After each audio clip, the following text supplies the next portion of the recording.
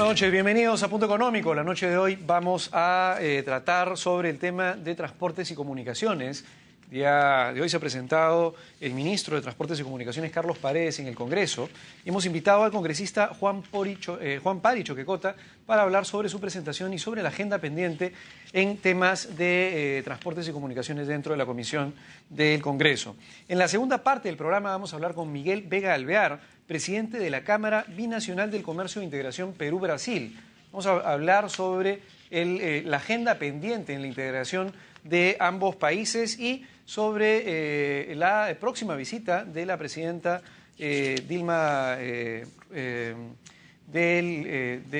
Brasil, Dilma Rousseff. En la tercera parte del programa vamos a hablar con Marta Zúñiga. Ella es jefa de proyectos del Centro de Emprendimiento e Innovación de la Universidad del Pacífico y vamos a hablar con ella sobre la situación que tiene actualmente el ecosistema emprendedor, cómo podrían obtener financiamiento los emprendedores y cuál es el máximo o mínimo dinero que podrían obtener. Esto lo vamos a tratar en la última parte del programa. Así damos la bienvenida a nuestro primer invitado, el señor Juan Pari Choquecota. Él es congresista de la República y miembro de la Comisión de Transportes y Comunicaciones. Buenas noches, bienvenido a Punto Económico, congresista. Muy buenas noches. Cuéntenos primero cuáles son los puntos más importantes que se han tratado hoy día en la exposición del ministro Carlos Paredes en la Comisión del Congreso. Yo creo que hay un punto de entrada a la cual creo que el ministro ha concordado, de que que desarrollar el sector, ampliar la política sectorial, es una contribución fundamental para la competitividad en el país. ¿Qué significa ampliar la política sectorial? Significa, no solamente en términos discursivos, sino en términos prácticos.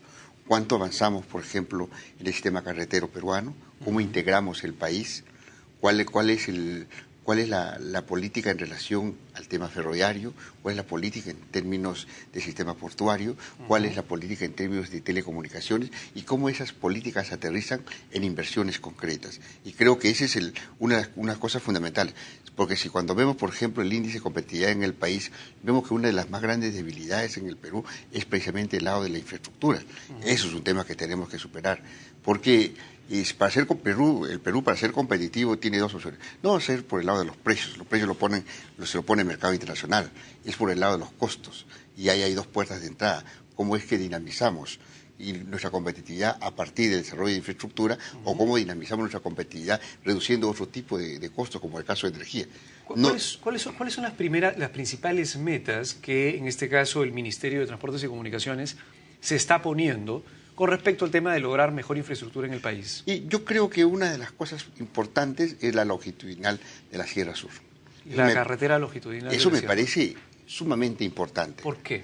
Primero, que te articula todas las regiones que han sido excluidas de las políticas en el país. Necesitamos desarrollar el mercado interno y la articulación de estas regiones andinas, de estos pueblos andinos, ha sido de una grave irresponsabilidad histórica. Y creo que ese punto es fundamental. El ministro ha dicho que en el 2016 va a estar concluido al 100% este proyecto. La pavimentación del 100% de la longitud de la sierra. Me parece que es un anuncio interesante. Hay percepciones y hay puntos de vista que es normal desde el punto de vista político y a nivel de exigencia y el control que hacemos los congresistas. Pero sin embargo me parece que este anuncio hay que fortalecerlo, más bien hay que aumentar el nivel de exigibilidad nuestra para que realmente se llegue al 100% en el 2016. Pero en todo caso, claro, ya hay un compromiso claro y una meta que se tiene que ir mapeando, a ver si efectivamente se va dando, que es el tema de la pavimentación del 100% de esta carretera longitudinal de la sierra, que vendría a ser el paralelo en la costa, la Panamericana. Claro, el otro tema es el aeropuerto, o sea... Antes de entrar al tema aeroportuarios, congresista, ¿qué pasa con respecto al tema de la longitudinal de la selva? ¿Se ha tratado algo sobre este tema? Y muy poco, más la incidencia, quizás por el número de participantes, ha sido en la longitudinal de la sierra. Entonces, creo que todos hemos visto con muy buenos ojos que este anuncio tenga que convertirse en realidad y el 2016 el gobierno muestre como uno de sus principales logros. Creo que eso es importante y además creo que por parte nuestra tenemos que ser vigilantes para que ese anuncio sea realmente cierto y real, ¿no? Hay otro anuncio que entiendo ustedes van a estar vigilantes también, que es el tema del asfaltado del 85% de toda la red vial a nivel nacional. para también el año 2016 son, entiendo, 150.000 kilómetros de carretera. Esto también tiene, digamos, es una inversión fuerte, entiendo, para que se asfalte el 85% de toda la red vial nacional al 2016. Es parte de lo que ustedes van a estar monitoreando, me imagino. Obviamente, son anuncios y anuncios que deben ser monitoreados a que realmente se cumpla. Esperamos que se cumpla, tenemos la confianza de que se cumpla y creo que eso va a ser una situación importante para el país. Uno es el sistema carretero, que hay que desarrollarlo porque integra pueblos, integra economías y eso está bien. Pero hay que ver los otros temas también. O sea, y ahí entramos al que usted nos comentaba, que es el sistema aeroportuario. El sistema aeroportuario me parece muy bien que se haya concluido con todo el proceso de expropiación para la ampliación del aeropuerto principal, que es Jorge Chávez, y cómo es que ya se han revertido los terrenos al Estado, porque hubo compra y adquisición de todos los terrenos, pero no se había tomado posición de los mismos, es como si nada. Pero creo que había un avance y esperemos de que ya se haga la entrega y realmente tengamos un aeropuerto de primer nivel. El Perú se lo merece. Aunque hemos tenido algunos premios, entiendo, en los últimos años del aeropuerto de Lima, ¿no? Sí, pero aparte de los premios que nos puede alegrar mucho, el tema es de que necesitamos un aeropuerto con nuevas condiciones. Hay el proyecto de la ampliación. Sí. Esperemos que el proyecto no solamente sea proyecto, sino sea una realidad. Entonces, el país lo necesita. Igual hay otros temas aeroportuarios, el caso de Chincheros, que también implica que tenga que avanzarse en relación al tema. Pero junto a esas cosas que realmente nos alegra, junto al avance del metro o al avance de toda esta vía que articula, por ejemplo, Lima, que es una cuestión mirada desde Lima, yo creo que hay otros temas que también nos deben preocupar y debemos subrayar, ¿no? Nos preocupa la situación de Corpac. Exactamente. Vamos a entrar un ratito al tema de Corpac. Ya la vez pasada hemos tenido un representante de Corpac acá explicándonos un poco la situación. ¿Qué es lo grave o qué es lo complicado en Corpac?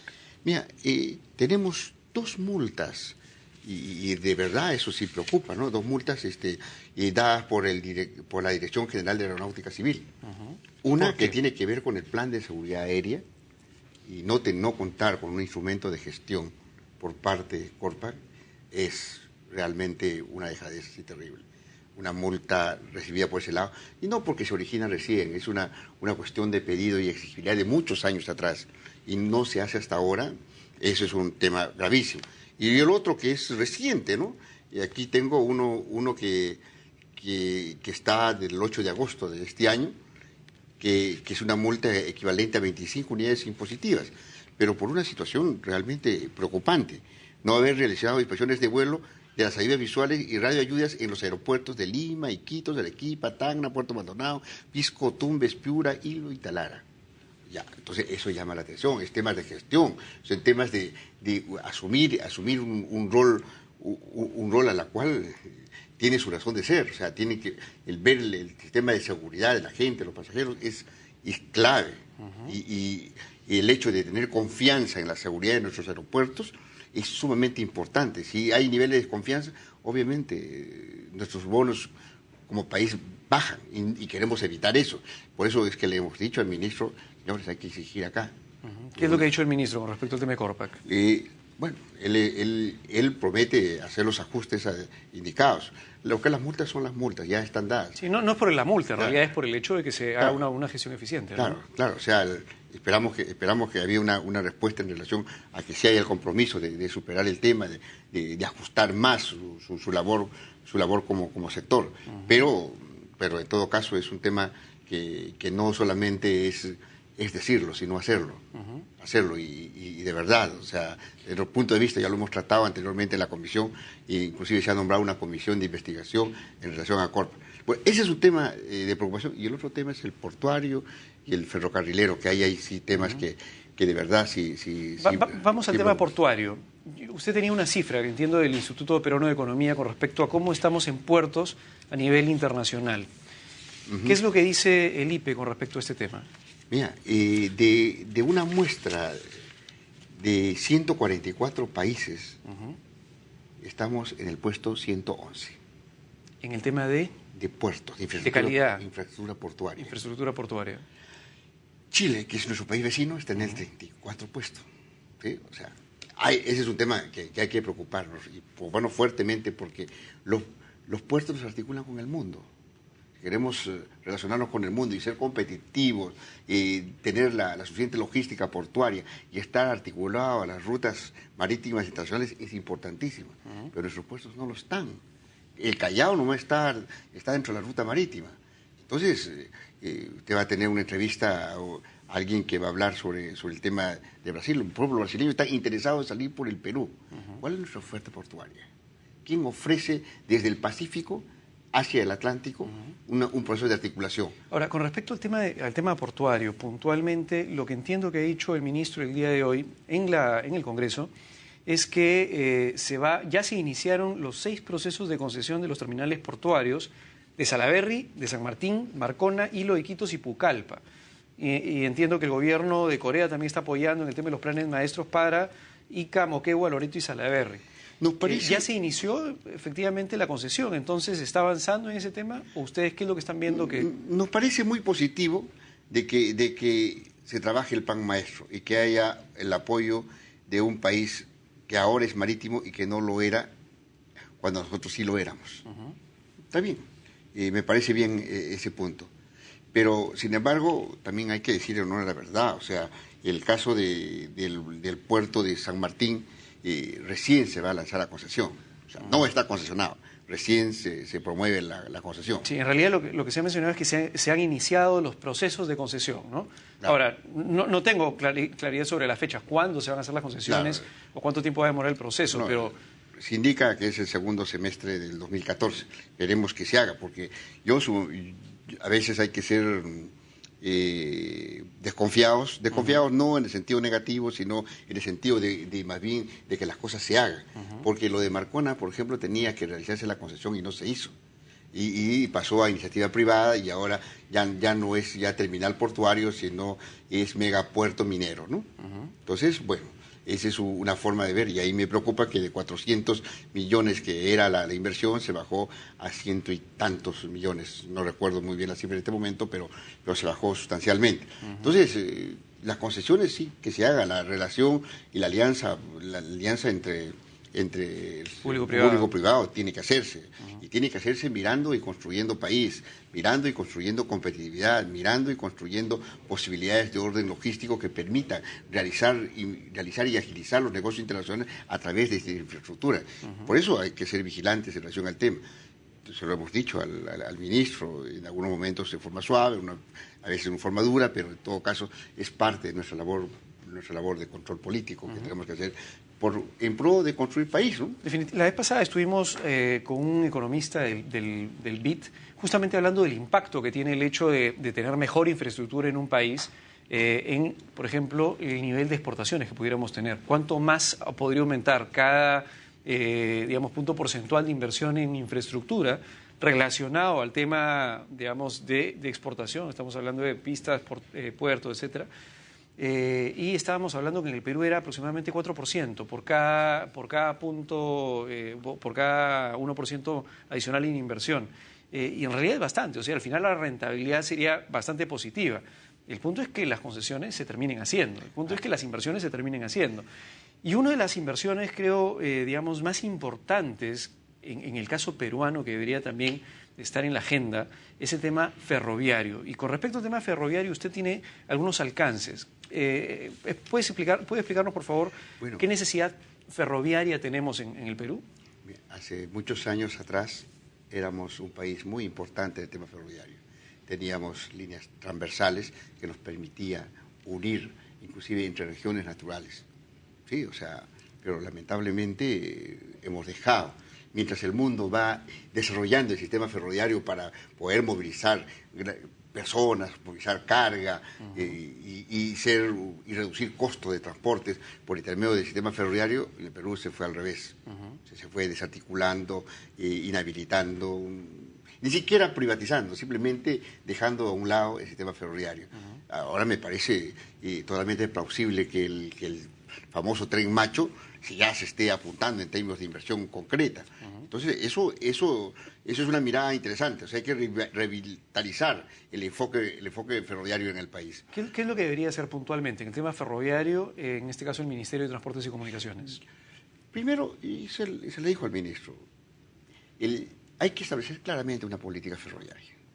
Implica un plan de desarrollo ferroviario en el país, implica trabajar también claramente toda una estrategia de desarrollo portuario en el país, implica desarrollar todas estas posibilidades de articulación, no solamente infraestructura, sino logística, hacer atractivos en términos de inversiones para eso, ¿no? Porque mira, yo me ponía a pensar la otra vez, decía, hay mucha gente que logra competitividad reduciendo los estándares laborales. Baja sueldos, baja los costos por ese lado. En el Perú no vamos a hacer eso. Están muy reprimidos nuestros ingresos y pensar en bajar estándares laborales no me parece nada correcto y los peruanos no lo admitirían. Reducir y relajar los estándares ambientales, que es otra forma de reducir costos y para muchos países lograr competitividad, me parece totalmente incorrecto. Por ese lado no podemos ir. ¿Por dónde podemos construir y desarrollar competitividad? Por el lado precisamente de la infraestructura, por el lado de reducir costos de transporte, por reducir sistemas de articulación de economías con el interior del país. Y por el otro lado, y comentamos la otra vez con el ministro de Energía y Minas, energía, y tenemos en el Perú la posibilidad de desarrollar este factor muy importante para el desarrollo de muchos tipos de inversiones. En todo caso, yo creo que son dos elementos fundamentales que deberíamos aprovechar, desarrollarlo y potenciarlo para ser competitivos y no estar pensando y mirando los otros lados que no son nada buenos y que no articularían un desarrollo sostenible en el Perú. Claro, definitivamente infraestructura es una condición necesaria, aunque no suficiente, un desarrollo, un crecimiento sostenible en el tiempo. Y en el Perú, pues, nos falta mucho por hacer en infraestructura. Ahora, eso también es una oportunidad, ¿no? Es decir, el hecho de crecer sin una infraestructura sólida, una vez que tengamos la infraestructura sólida y que, digamos, todos los pueblos puedan estar conectados, que tengamos líneas ferroviarias para poder llevar los productos de repente, digamos, de la selva hacia la costa, para poder sacar, o eventualmente el corredor para Brasil, sería bastante interesante. Pero la idea es que existan los planes y que alguien les haga un seguimiento estricto a ver, ok, en el año 1 tenemos que hacer X cantidad de promoción, de repente, para que la inversión privada pueda estar incentivada a hacer efectivamente las líneas ferroviarias. Y eso, no sé si es que se está viendo o no se está viendo. Sí, hemos mostrado nuestra preocupación. No es solamente generar los proyectos para concesionarlos, sino ser vigilantes en las ya concesionadas. Que también damos la apertura a la iniciativa privada, me parece muy bien, totalmente plausible, pero también tiene que cumplirse con los compromisos que se dan en las concesiones, que significa precisamente cumplir con el cronograma de inversiones, cumplir con los compromisos de refacción, de mantenimiento de la carretera, cumplir con un montón de situaciones que están desde el punto de vista contractual. Ahí Ocitran tiene que ponerse mucho más fuerte, mucho más dinámico, porque son compromisos que asume el Estado con el sector privado y debe haber una correspondencia ahí de cumplimiento y de exigibilidad para que las cosas salgan bien. Ahora, con respecto al tema ferroviario, entiendo que hay un proyecto de ley, el 2659, de la congresista María Magdalena López Córdoba. Se presentó, entiendo, en septiembre, hace un par de meses, y el objeto de la ley que se propone dentro del proyecto de ley es establecer de necesidad pública y preferente interés nacional la elaboración del Plan Nacional Ferroviario, un tren para todos los peruanos, a fin de orientar las acciones del Estado, de los operadores, usuarios y demás agentes del sector con el objeto de garantizar un servicio de transporte que sea accesible, de calidad, seguro, económico, eficiente y ecológico. Digamos, y adicionalmente el tema de descentralizar el país con mayor conectividad. ¿Este es un proyecto de ley que ha estado ya en revisión dentro de la comisión? ¿Ya pasó a revisión o todavía? No. Eso está para agendarse, pero me parece muy interesante. El tema es que no se quede solamente en un proyecto. Una declaración de interés, sino tiene que aterrizar en un plan específico. Claro, y tiene que establecerse como política nacional. Y no solamente que lo desarrolle el presente gobierno, sino lo desarrollen los siguientes gobiernos. O sea, tiene que haber un lineamiento, una mirada estratégica de lo que debe significar lo que es lo ferroviario, lo portuario, lo aeronáutico y lo carretero. O sea, debe estar totalmente claro y diseñado. Yo sé que los proyectos no se desarrollan a corto plazo. Yo sé que muchos proyectos tienen que cruzar varios gobiernos. todo caso hay que trabajar en esa perspectiva. Tiene que haber y cumplirse los elementos, los criterios básicos. Ahora, ustedes en el Congreso, digamos, en el Congreso existen diversos colores políticos. En el mismo Congreso, ustedes han visto una unión con respecto a la visión futura de Perú en el tema de infraestructura. Todos están de acuerdo en que es necesario y que independientemente de qué gobierno venga de acá los próximos años, en el siguiente, 2016 o en el subsiguiente, ¿están todos más o menos de acuerdo con la lógica de que es importante la infraestructura? ¿O ustedes han visto dentro del Congreso que hay, digamos, facciones diferentes que no necesariamente apuestan por la infraestructura? Yo creo que por el lado de la gran voluntad sí existe. Todos tienen el criterio voluntarista de que sí, pues, seamos fuertes, desarrollemos este elemento. Pero esa es la gran voluntad. Pero a veces nos perdemos, y lo digo así autocríticamente, nos perdemos en el proyecto localista de mi pueblo, de mi provincia. Se entiende que se representa a los pueblos y terminamos haciendo proyectos totalmente declarativos y muy puntuales.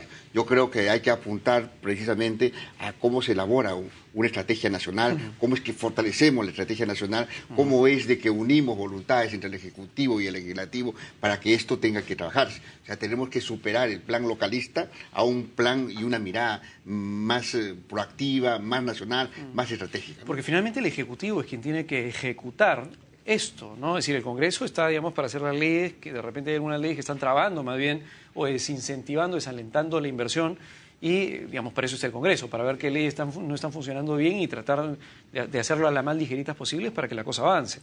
En ese caso, el Congreso, en el tema de transportes y comunicaciones, tiene una mirada, digamos, que concuerda con el Ejecutivo con respecto al tema de la planificación en los principales puntos, ferroviario, tema aeroportuario, en el tema legislativo, en el tema de concesiones. Yo creo que hay puntos que concordamos, pero hay que trabajar más. Hay que trabajar más porque, bueno, ustedes saben que el Congreso no tiene iniciativa de gasto.